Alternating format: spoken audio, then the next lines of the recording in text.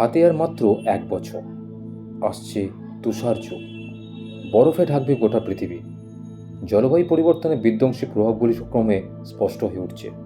আর এর সবথেকে অশুভ লক্ষণগুলির মধ্যে অন্যতম হল বিশ্বব্যাপী হিমবাহগুলির দ্রুত গলে যাওয়া।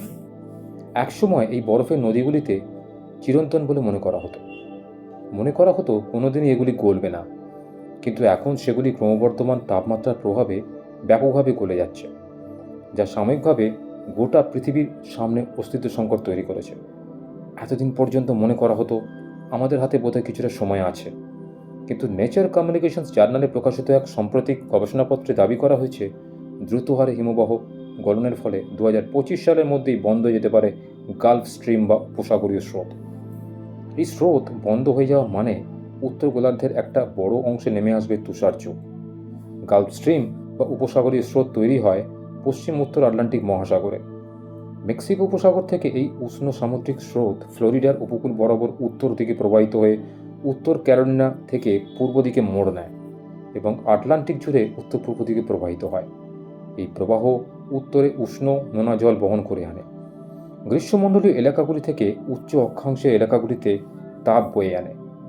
অর্থাৎ এই স্রোত উত্তর আটলান্টিক অঞ্চলের জলবায়ু নিয়ন্ত্রণে এক গুরুত্বপূর্ণ ভূমিকা পালন করে। এর উষ্ণ জল একটি প্রাকৃতিক তাপ পরিবাহী বেল্ট হিসাবে কাজ করে। বিষুবরেখা থেকে মেরু অঞ্চলে উষ্ণতাকে বহন করে। পথে যে এলাকাগুলি পড়ে সেখানকার আবহাওয়াকে প্রভাবিত করে। কাজে এই স্রোত বন্ধ হয়ে গেলে উত্তর গোলার্ধের এক বিস্তীর্ণ অংশে ভয়ঙ্কর শীত নেমে আসবে। উপসাগরীয় স্রোতে তাপ ছাড়া উত্তর আমেরিকা, এশিয়া এবং ইউরোপের কিছু অংশের গড় তাপমাত্রা কয়েক দশকের মধ্যে স্বাভাবিকের থেকে 15 ডিগ্রি সেলসিয়াস পর্যন্ত নেমে যেতে পারে বলে মনে করছেন বিজ্ঞানীরা, যার ফলে বিশ্বজুড়ে গুরুতর ক্যাসকেডিং এফেক্ট দেখা যেতে পারে বলে আশঙ্কা করছেন তারা। অর্থাৎ বিশ্বজুড়ে বিপর্যয়ের একটি ক্রম তৈরি হতে পারে। লাগাতার ঝড় বৃষ্টি, অতিবৃষ্টি বা কম বৃষ্টির কারণে ফসলের গুরুতর ক্ষতি, উত্তর আমেরিকার পূর্ব উপকূলের সমুদ্রপৃষ্ঠের উচ্চতা বৃদ্ধির মতো একের পর এক ঘটনা আঘাত হানবে মানব সভ্যতার উপরে। গবেষণাপত্রে বলা হয়েছে বিশ্বব্যাপী কার্বন নির্গমন যদি কমানো না যায় তবে 2025 সাল থেকে 2095 সালের মধ্যেই বন্ধ হয়ে যেতে পারে উপসাগরীয় স্রোত। তবে বিজ্ঞানীদের মতে 2050 সালে বেশি সময় পাওয়া যাবে না মানুষের হাতে। গবেষণার নেতৃত্বে ছিলেন ডেনমার্কের কোপেনহেগেন বিশ্ববিদ্যালয়ের অধ্যাপক পিটার ডিটলভসেন। তিনি বলছেন, আমাদের সামনে গভীর চিন্তার কারণ হয়ে দাঁড়িয়েছে এই হিমবাহ গলে যাওয়া। এটা অত্যন্ত বড় পরিবর্তন হতে চলেছে। 12,000 বছর ধরে এই স্রোত কখনো বন্ধ হয়নি, ভবিষ্যতে হতে থাকবে। এই গবেষণায় 1870 সাল থেকে সমুদ্রপৃষ্ঠের তাপমাত্রার তথ্য বহন করা হয়েছে। সে সময় এক মিনি তুষার যুগের সমাপ্তি ঘটেছিল। গবেষকরা তারপরে সেই তথ্য ব্যবহার করে উপসাগরীয় স্রোতের ভবিষ্যৎ নির্ধারণ করেছেন। এই স্রোত যদি বন্ধ হয়ে যায় বা এর গতি ধীর হয়ে যায় তাহলে কিন্তু আমাদের আরও চরম আবহাওয়ার সম্মুখীন হতে হবে। কৃষি, পরিকাঠামো এবং জনস্বাস্থ্যের জন্য ধ্বংসাত্মক পরিণতি থেকে আনতে পারে এই স্রোত। আর সমুদ্রপৃষ্ঠের উচ্চতা যদি বাড়ে বিশ্বের যে শহরগুলি ডুবে যেতে পারে সেই তালিকায় কিন্তু রয়েছে কলকাতার নামও। একাকিত্ব ঘুচতে চলেছে ভারতের চন্দ্রযান-3 মহাকাশযানে।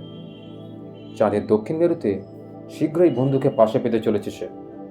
কারণ ধনকুবের এলন মাস্কের মহাকাশ গবেষণা সংস্থা স্পেসএক্স নিজের চন্দ্রযানের সফল উৎক্ষেপণ করল গতকাল বৃহস্পতিবার আমেরিকার ফ্লোরিডা থেকে উৎক্ষেপণ হয় স্পেসএক্সের চন্দ্রযান Intuitive Machines Nova C lander. স্পেসএক্সের বেসরকারি সংস্থা হলেও প্রায় 50 বছর পর চাঁদের মাটি ছুঁতে চলেছে আমেরিকার মহাকাশযান। এই প্রথম কোনো বেসরকারি সংস্থার মহাকাশযান চাঁদের মাটি ছোঁবে। মাস্কের সংস্থা নোভা সি ল্যান্ডারটির ডাক নাম দেওয়া হয়েছে ওডিসাস। আমেরিকার মহাকাশ গবেষণা সংস্থা নাসার 6টি পেলোড রয়েছে তাতে। চাঁদের পরিবেশ সংক্রান্ত তথ্য সংগ্রহ করবে, তাতে বসানো রয়েছে নাসার যন্ত্রপাতি। সেই সব তথ্যের উপর নির্ভর করে আবারও চাঁদের বুকে মানুষ পাঠানোর কাজে হাত দেবে নাসা। এই নিয়ে দ্বিতীয়বার কোনো বেসরকারি সংস্থার চন্দ্রযানকে বা মহাকাশযানকে চাঁদের বুকেতে অবতরণ করানোর কাজে যুক্ত হলো নাসা। মঙ্গলবারই ফ্যালকন 9 রকেটে চাপিয়ে নোভা সি ল্যান্ডারটি উৎক্ষেপণের কথা ছিল। পরে সময় পিছিয়ে বুধবার করা হয়, কিন্তু ল্যান্ডারের প্রপালশন সিস্টেমে থাকা তরল মিথেনের তাপমাত্রার ওঠাপড়া চোখে পড়ে তাদের। তাই প্রথমে সেই সমস্যার সমাধান হাত দেয় স্পেসএক্স। এরপর গতকালই বৃহস্পতিবারে ভোর নাসার কেনেডি স্পেস সেন্টার থেকে সেটির সফল উৎক্ষেপণ করা হয়। সব ঠিক থাকলে আগামী 22শে ফেব্রুয়ারি চাঁদের দক্ষিণ মেরুতে অবতরণ করবে নোভা সি। চাঁদের দক্ষিণ মেরুতে ম্যালাপার্ট এ অবস্থানে অবতরণ করবে সেটি, যা ম্যালাপার্ট গহ্বর সংলগ্ন উপগ্রহ অবতরণের জায়গা হিসেবে চিহ্নিত। 69 কিলোমিটার জায়গা জুড়ে এর বিস্তার।